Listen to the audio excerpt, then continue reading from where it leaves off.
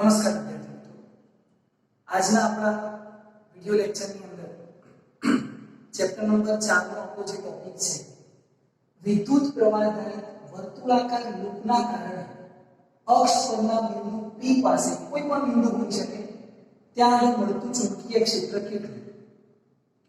હવે ધ્યાન આપજો, આને આપણે કેવી રીતે શોધીશું અને એ ચુંબકીય ક્ષેત્ર આપણને કેટલું મળશે એ આપણે જોઈએ. પણ આ લૂપની અંદર અક્ષ કઈ બાજુ છે, આપણે કઈ જગ્યાએ ચુંબકીય ક્ષેત્ર મેળવવું છે, એની દિશા કઈ બાજુ છે, એના વિશે આપણે પહેલા સમજી લઈએ. જો આ એક વર્તુળાકાર ગૂંચળું છે, રિંગ છે, લૂપ છે. લૂપ એટલે ગૂંચળું, એક વર્તુળાકાર ગૂંચળું છે. આની અંદર વીજ પ્રવાહ આમ પસાર થઈ રહ્યો છે, આમ પસાર થાય, આમ પસાર થાય, બરાબર છે. નોંધો તો અહીંયા વિદ્યુત પ્રવાહ આમ પસાર થઈ રહ્યો છે. હવે વીજ પ્રવાહ આ રિંગની અંદર પસાર થાય છે એટલે વીજ પ્રવાહ એ ચુંબકીય ક્ષેત્રનો સ્ત્રોત છે એ આપણને ખ્યાલ આવી ગયો ઓર્સ્ટેડના નિયમ પરથી. એટલે આની અંદર જે પ્રવાહ પસાર થાય છે એના કારણે આટલા વિસ્તારની અંદર ચુંબકીય ક્ષેત્ર ઉત્પન્ન થશે. તો આની અંદર પ્રવાહ પસાર થાય છે એના કારણે ચુંબકીય ક્ષેત્ર ઉત્પન્ન થાય છે. તો આપણે અહીંયા આગળ આ જે પોઈન્ટ છે એ પોઈન્ટ પાસે આપણે ચુંબકીય ક્ષેત્ર શોધવું છે. હવે જો આ વર્તુળાકાર ગૂંચળું છે, દેખાય છે કે આ વર્તુળાકાર ગૂંચળું, આ વર્તુળાકાર ગૂંચળાની અંદર આ એનું સેન્ટર છે અને આ એનું અક્ષ છે. શું છે? અક્ષ. તો અહીંયાથી આ પ્રવાહ પસાર થાય છે અને પ્રવાહ પસાર થાય એના કારણે જે ચુંબકીય ક્ષેત્ર ઉત્પન્ન થાય છે. તો આપણે અક્ષ પરનું એક બિંદુ અહીંયા આવેલું છે પોઈન્ટ P, ત્યાં આગળ આપણે ચુંબકીય ક્ષેત્ર શોધવું છે.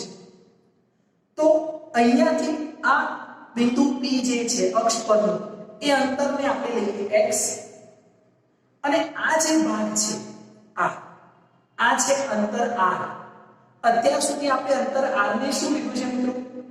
સ્થાનાંતર સદિશ. કોની વચ્ચે?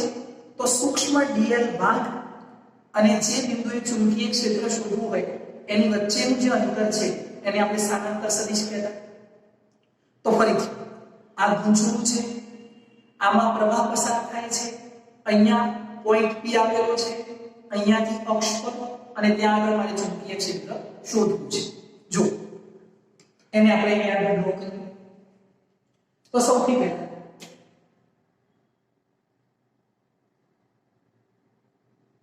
આ જો એક વર્તુળાકાર રિંગ છે અથવા ગૂંચળું છે. હવે આ એની ત્રિજ્યા છે, આટલી એની ત્રિજ્યા છે એ જ અહીંયાથી આ x અંતર પર આ અક્ષ છે. આ વર્તુળાકાર ગૂંચળાનું શું છે? અક્ષ. આ અક્ષ અહીંયાથી આ અંતર કેટલું છે? x. x અંતર પર બિંદુ આવેલું છે P. અહીંયા પ્રવાહ પસાર થાય છે I. અહીંયા પ્રવાહ પસાર થાય છે એના કારણે અક્ષ પરનું બિંદુ P ત્યાં આગળ મારે ચુંબકીય ક્ષેત્ર શોધવું છે. હવે આ જે અંતર છે આ અંતરને આપણે r કહીએ. આ અંતર કેટલું છે? r. બરાબર છે. અને અહીંયા જે ભાગ છે આ ભાગ dl જેટલો સૂક્ષ્મ ભાગ છે એની અંદરથી પણ પ્રવાહ કેટલો પસાર થાય? I. કેટલો પ્રવાહ પસાર થશે? I. હવે જો ખાસ સમજવાનું, જો તમને દેખાય છે આ વર્તુળાકાર ગૂંચળું, બરાબર છે. આ શું છે? વર્તુળાકાર ગૂંચળું. આ રીતે અહીંયાથી આ અક્ષ છે, આ અક્ષ પરનું બિંદુ P અને આ જે અંતર છે અહીંયાથી આ અંતર એ r છે. આ શું છે? સૂક્ષ્મ લંબાઈનો ખંડ dl. આ સૂક્ષ્મ લંબાઈનો ખંડ dl છે. અહીંયાથી જે બિંદુ છે P ત્યાં આગળ ચુંબકીય ક્ષેત્ર શોધવું છે. ઓકે, હવે આપણે ચુંબકીય ક્ષેત્ર શોધવા માટે કયા નિયમનો ઉપયોગ કરી શકીએ? તો આપણે ચુંબકીય ક્ષેત્ર શોધવા માટે બાયો-સાવર્ટના નિયમનો ઉપયોગ કરી શકીએ. પણ બાયો-સાવર્ટનો નિયમ એ માત્ર ને માત્ર સૂક્ષ્મ ખંડ માટે ઉપયોગી છે. dl જેટલા ખંડને કારણે મળતું ચુંબકીય ક્ષેત્ર કેટલું? dv. એટલે એ માત્ર dl ખંડ માટે ઉપયોગી છે. પણ આપણે તો આખા જ કારણે આ પોઈન્ટ પર ચુંબકીય ક્ષેત્ર શોધવું છે તો આપણે શું કરીએ આપણી જોડે એક મેથડ છે કે સૌથી પહેલા આ dl માટે શોધીશું અહીંયા આગળ કેટલું ચુંબકીય ક્ષેત્ર છે પછી આ dl માટે શોધીશું આ dl માટે શોધીશું આ dl માટે શોધીશું અને બધા જ dl થી મળતું ચુંબકીય ક્ષેત્ર જો એક જ દિશામાં હોય તો આપણે બધાનું શું કરી દઈશું સરળ ખ્યાલ આવી જાય બરાબર છે તો આપણે અહીંયા આગળ જો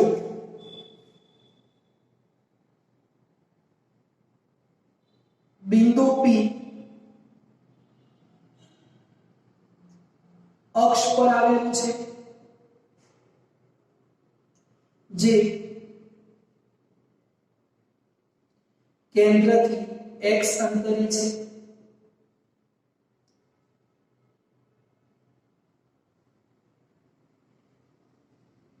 બિંદુ P પાસે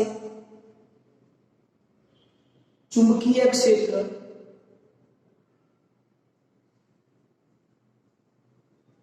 બાયો-સાવર્ટના નિયમ પરથી બાયો-સાવર્ટનો નિયમ શું છે સૂક્ષ્મ ચુંબકીય ક્ષેત્ર dB is equal to nu 0 upon 4 pi I dl upon r square sin theta આ એનો નિયમ છે હવે બાયો-સાવર્ટના નિયમથી આપણને સૂક્ષ્મ ચુંબકીય ક્ષેત્ર મળે સૂક્ષ્મ ખંડ માટે સૂક્ષ્મ લંબાઈના ખંડ માટે પણ આપણે બધા માટે શોધવું છે તો આપણે આ dl થી મળતું ચુંબકીય ક્ષેત્ર પછી આ dl થી મળતું ચુંબકીય ક્ષેત્ર આ dl થી મળતું ચુંબકીય ક્ષેત્ર આ dl થી મળતું ચુંબકીય ક્ષેત્ર આ દરેક dl થી મળતા ચુંબકીય ક્ષેત્રનો શું કરી દઈશું સરવાળો કરી દઈશું આવી જાય ખ્યાલ મિત્રો ઓકે હવે ધ્યાન આપજો સૌથી પહેલા આ જે r છે k અને આ dl વચ્ચેનો ખૂણો કેટલો dl અને r વચ્ચેનો ખૂણો કેટલો dl અને r વચ્ચેના ખૂણાને આપણે હંમેશા શું કહીએ છીએ મિત્રો થીટા થીટા કહીએ છીએ ઓકે તો એ થીટા કેટલું જોજો આ અક્ષ છે આ r છે આ શું છે મિત્રો r અને આ dl છે જો આ dl અને r અને આ અક્ષ આ dl છે આ r છે તો જો આ મારી જે આંગળી છે એ dl છે અને r છે આ બંને વચ્ચેનો એંગલ કેટલો આ કેટલો એંગલ છે કોઈ કહેશે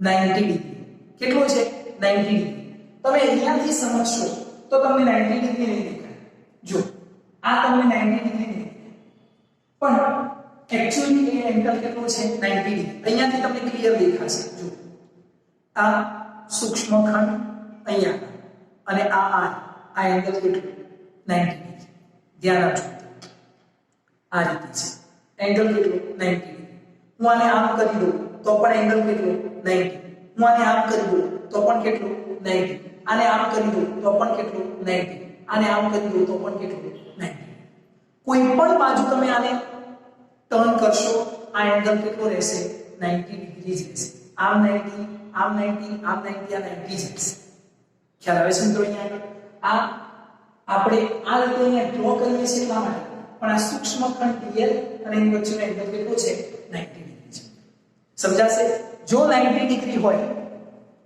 આ sin 90 હોય તો અહીંયા આગળ જુઓ અહીં dl અને r વચ્ચેનો ખૂણો theta is equal to 90 degree જો 90 થાય તો ચુંબકીય ક્ષેત્ર dB કેટલું થઈ જાય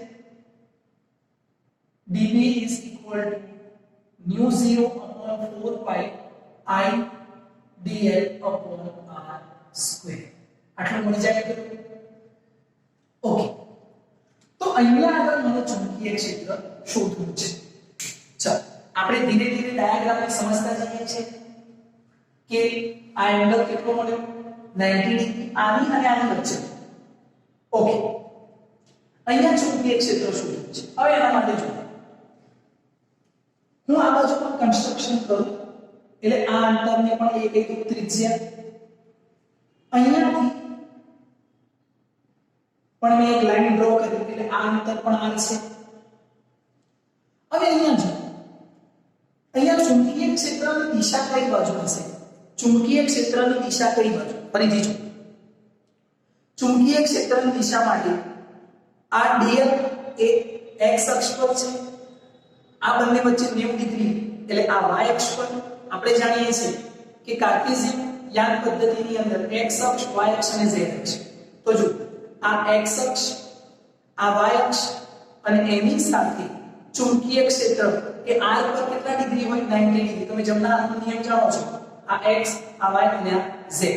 તો અહીંયા આગળ આ x, આ r છે એ y અને ચુંબકીય ક્ષેત્ર z એટલે આ ચુંબકીય ક્ષેત્ર છે. આ શું છે? ચુંબકીય ક્ષેત્ર આ. બરાબર છે? r ઉપર 90 ડિગ્રી. તો અહીંયા ચુંબકીય ક્ષેત્ર કઈ દિશામાં મળશે? તો અહીંયા ચુંબકીય ક્ષેત્ર આપણને અહીંયાથી 90 ડિગ્રી એટલે આ મળશે. આ પોઈન્ટ P છે અહીંયા. તો આ ચુંબકીય ક્ષેત્ર આ બાજુ મળ્યું. આ dl ના કારણે ચુંબકીય ક્ષેત્ર મળ્યું આ બાજુ. ચુંબકીય ક્ષેત્ર કેટલું મળશે? તો બાયો સાવર્ટના નિયમ પરથી સૂક્ષ્મ ચુંબકીય ક્ષેત્ર એટલે dB. તો અહીંયા ચુંબકીય ક્ષેત્ર કેટલું મળ્યું? dB જેટલું. અહીંયા પણ કેટલું મળ્યું? dB જેટલું. ખ્યાલ આવે છે? ઓકે. હવે ધ્યાન આ અક્ષને લંબાવી દઈએ તો આની સાથે ખૂણો કેટલો? થીટા લખીએ. આની સાથે ખૂણો કેટલો? થીટા. તો અહીંયા જો dB હોય તો આ dB ના મને બે ઘટક મળી છે. એક આ કયો ઘટક મળે? dB cos theta. આનો પણ અહીંયા જ ઘટક મળે dB cos થીટા. આ ઘટક કયો મળે? આનો તો dB sin theta. dB sin theta. આ ઘટક કયો મળે? dB sin theta. ખ્યાલ આવી જાય મિત્રો? સમજાય? અહીંયા આગળ મિત્રો dB sin થીટા એ એકબીજાની વિરુદ્ધ દિશામાં છે. તમે જુઓ અહીંયા dB sin થીટા, અહીંયા dB sin થીટા. પણ dB cos થીટા એ એકબીજાની વિરુદ્ધ દિશામાં નથી, માટે તે કેન્સલ આઉટ થાય એટલે dB sin થીટા કેન્સલ થઈ જશે. આપણને બિંદુ P પાસે ચુંબકીય ક્ષેત્ર dB cos થીટા ના કારણે મળે છે. કોના કારણે? dB cos થીટા ના કારણે. અને dB sin થીટા એ શું થઈ જાય? કેન્સલ થઈ જાય છે. માટે કુલ ચુંબકીય ક્ષેત્ર કેટલું મળે? તો જો આ dl ને કારણે અહીંયા ચુંબકીય ક્ષેત્ર, આ dl ને કારણે અહીંયા ચુંબકીય ક્ષેત્ર, આ dl ને કારણે અહીંયા ચુંબકીય ક્ષેત્ર, આ dl ને કારણે મળતું ચુંબકીય ક્ષેત્ર, બધા જ dl ના કારણે મળતું ચુંબકીય ક્ષેત્ર કોના કારણે હશે? dB cos થીટા ના કારણે. આપણે બધાને એડ કરી દઈએ એટલે સંકલન લઈએ dB cos થીટા. ક્યાંથી ક્યાં સુધીનું સંકલન? અહીંયાથી સ્ટાર્ટ કરીને અહીંયા સુધી આખું જ રિંગ પૂરી થાય એટલે વર્તુળનો પરિઘ થઈ ગયો 2πa કેમ કે ત્રિજ્યા અહીંયા a છે. ઓકે. તો આપણને ચુંબકીય ક્ષેત્ર કોના કારણે મળશે? cos થીટા ના કારણે. હવે ખ્યાલ આવે છે કે આ આપણે શું કામ કરીએ છીએ? હવે અહીંયા જે dl છે એના કારણે પણ dB cos થીટા, અહીંયા છે એના કારણે પણ dB cos થીટા, બધા જ dB cos થીટા ને એડ કરી દીધા. બરાબર છે? ઓકે. તો dB આ ચુંબકીય ક્ષેત્ર કેટલું મળે છે? આટલું. એની કિંમત મૂકી દઈએ તો B is equal to 0 થી 2πa nu 0 upon 4π idl upon r square cos theta. સૂત્ર મળી ગયું આપણને. હવે આ સૂત્રને જો આપણે આ થીટાને નથી જાણતા, અંતર r ને નથી જાણતા. આપણે તો આ અંતરને જાણીએ છીએ, આપણે આ ત્રિજ્યા જાણીએ છીએ, પણ r અને થીટા ને જાણતા નથી. તો સૌથી પહેલા ફોર્મ્યુલા આપણે ચેન્જ કરવું પડે અને આપણે જે ભૌતિક રાશિને જાણીએ છીએ એની અંદર કન્વર્ટ કરવું પડે. તો જો અહીંયા આગળ આ r સ્ક્વેર છે એની જગ્યાએ જો આ એંગલ 90 ડિગ્રી છે, આ એંગલ 90 ડિગ્રી હોય એટલે આ કર્ણ થઈ ગયું, આ કર્ણ. તો r સ્ક્વેર બરાબર શું થાય? a square upon a square plus x square sorry r square બરાબર a square plus x square અહીંયા મૂકી દેવાય તો આ ફોર્મ્યુલા શું મળશે ધ્યાન આપજો આ ફોર્મ્યુલાની જગ્યાએ લખીએ અહીંયા નોટ કરીએ કે b is equal to અહીંયા 0 થી 2 pi a 4 pi I dl cos theta અને r સ્ક્વેર ની જગ્યાએ a square plus x square મૂકી દીધું ઓકે હવે આ ક્લોઝ ઇન્ટિગ્રેશન છે ક્લોઝ એટલે બંધ સર્કલ અહીંયા આખા માટે એટલે બરાબર છે હવે જો હવે અહીંયા થોડુંક સમજવા જેવું છે થોડુંક એટલે આમ ધ્યાન આપશો તો બધું ક્લિયર થઈ જશે જો હું એક એંગલ બનાવું છું જો આ એંગલ જો પછી હું કાઢી નાખીશ એટલે અહીંયા ખાસ સમજો કેટલો છે 90 ડિગ્રી આ એંગલ જો કેટલો છે 90 ડિગ્રી હવે આ 90 છે એમાંથી આ થીટા છે તો આ કેટલો થાય 90 માંથી આ થીટા તો આ 90 માઈનસ થીટા થાય આ કેટલો થાય 90 માઈનસ થીટા હવે જો આ 90 ડિગ્રી છે આ એમાં આ 90 માઈનસ થીટા તો આ કેટલું થીટા હવે આ 90 છે એમાંથી આ થીટા તો આ કેટલું મળે 90 માઈનસ થીટા જો આ 90 માઈનસ થીટા અને આ 90 તો આ કેટલો મળે થીટા કેટલો મળે થીટા ખ્યાલ આવે છે મિત્રો ફરીથી આ કેટલો છે 90 એમાંથી આ થીટા તો આ કેટલો 90 માઈનસ થીટા હવે આ 90 છે આ એમાંથી આ 90 માઈનસ થીટા તો આ થીટા અને આ 90 છે એમાંથી આ થીટા તો આ 90 માઈનસ થીટા અને આ 90 માઈનસ થીટા તો આ થીટા ખ્યાલ આવશે ઓકે હવે જો આને તમે સમજાવો હોય તો આપણે આ રીતે રહેવા દઈએ છીએ હવે એને ધ્યાન આપજો આનું cos થીટા લખું તો cos થીટા બરાબર શું થાય પાસેની બાજુ ભાગ્યા કર્ણ થાય cos થીટા બરાબર a r થાય cos થીટા બરાબર a r પણ r સ્ક્વેર બરાબર શું મળ્યું આપણને r સ્ક્વેર બરાબર a square plus x square તો r બરાબર શું થાય તો આનું વર્ગમૂળ લેવું પડે તો cos થીટા ની જગ્યાએ હું મૂકું છું અહીંયા આગળ p is equal to 0 થી 2 pi a nu 0 upon 4 pi I dl અહીંયા a square plus x square cos theta ની જગ્યાએ a upon r પણ r સ્ક્વેર એટલે a square plus x square અને r બરાબર વર્ગમૂળ 1/2 વર્ગમૂળ કહી શકાય ઓકે ચલો આ સૂત્ર મળ્યું હવે ધ્યાન આપજો અહીંયા આગળ આની જગ્યાએ હવે આપણે બીજું શું ચેન્જ કરી શકીએ શું ચેન્જ કરી શકીએ તો જો હવે આમાં સંકલન કોણ થશે તો જે અચળાંક છે એ બહાર મૂકી દઈએ એટલે b is equal to nu 0 upon 4 pi I dl a square plus x square 3/2 so અહીંયા a અને સંકલન કોણ થશે dl 0 થી 2 pi a ચલો dl નું સંકલન શું l એટલે કેટલું છે 2 pi a 2 pi r પરિમાણ પણ આની જગ્યાએ ત્રિજ્યા શું લીધી છે a તો અહીંયા 2 pi a આવશે એટલે b is equal to nu 0 upon 4 pi nu 0 upon 4 pi બરાબર છે અહીંયા આગળ I into 2 pi a અહીંયા મૂકીશું એટલે 2 પાઈ a સ્ક્વેર કેમ કે એ તો છે ને હજુ divide by a square plus x square 3/2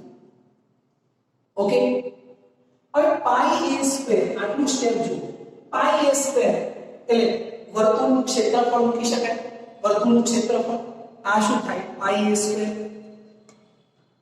તો પાઈ a સ્ક્વેર ની જગ્યાએ a મૂકી દઈએ તો new 0 upon 4 pi 2i a અહીંયા આગળ a square plus x square 3/2 આની ઘાત છે એટલે આને વ્યવસ્થિત કરજો મિસ્ટેક ન થાય 3/2 ઓકે આ એક આંટા માટે છે કે જ્યારે પ્રવાહ એક આંટો કમ્પ્લીટ કરે ત્યારે પોઈન્ટ P પાસે મળતું ચુંબકીય ક્ષેત્ર n આંટા માટે શું મળે n આંટા માટે પ્રવાહ અહીંયા એક વાર બે વાર ત્રણ વાર n વખત પરિભ્રમણ કરે તો આની સાથે n ગુણ્યા છે એટલે new 0 upon 4 pi 2 n I e અહીંયા a square plus x square 3/2 અહીંયા 2n I a એને આપણે કહીશું ચુંબકીય ડાયપોલ મોમેન્ટ ચુંબકીય ડાયપોલ મોમેન્ટ જે આપણે આગળના લેક્ચરની અંદર જોઈશું તો અહીંયા આગળ આપણે ચુંબકીય ક્ષેત્ર કેવી રીતે મેળવીએ છીએ અક્ષ પર આ તમને ખ્યાલ આપવો જોઈએ સારી રીતે સમજવાનું કે cos θ ના કારણે આપણને કેવી રીતે મળે છે અહીંયા આપણે આમાંથી ફોર્મ્યુલા કેવી રીતે ચેન્જ કરીએ છીએ અને sin θ કેમ કેન્સલ થઈ જાય છે દરેક પોઈન્ટના કારણે મળતો sin શું થશે કેન્સલ માત્ર શું મળશે cos એટલે કુલ ચુંબકીય ક્ષેત્ર કોના કારણે મળશે cos θ ના કારણે ખ્યાલ આવશે મિત્રો તો આ તમારે યાદ રાખવાનું છે ખ્યાલ આવશે તો આ ખૂબ જ અગત્યનો પ્રશ્ન છે જો તમને એક્ઝામ્પલ સ્વરૂપે પૂછાય કે આ સાબિત કરો અથવા આ સાબિત કરો તો તમારે આ જ મેથડ થી એને સાબિત કરવાનું છે એકવાર પ્રેક્ટિસ કરશો બે વાર પ્રેક્ટિસ કરશો તો જ સમજાશે નહીતર બધું મિક્સ થશે કે સુરેખ વાહકતાના કારણે મળતું ચુંબકીય ક્ષેત્ર કેટલું વર્તુળાકાર રિંગની અંદર મળતું ચુંબકીય ક્ષેત્ર કેટલું વર્તુળાકાર લૂપના કારણે અક્ષ પરના બિંદુ પાસે મળતું ચુંબકીય ક્ષેત્ર કેટલું આ બધા ફોર્મ્યુલા મિક્સ થશે ધ્યાન આપજો મિત્રો ખાસ તૈયારી કરજો અને શાંતિથી સમજી વિચારીને લખવાનો પ્રયત્ન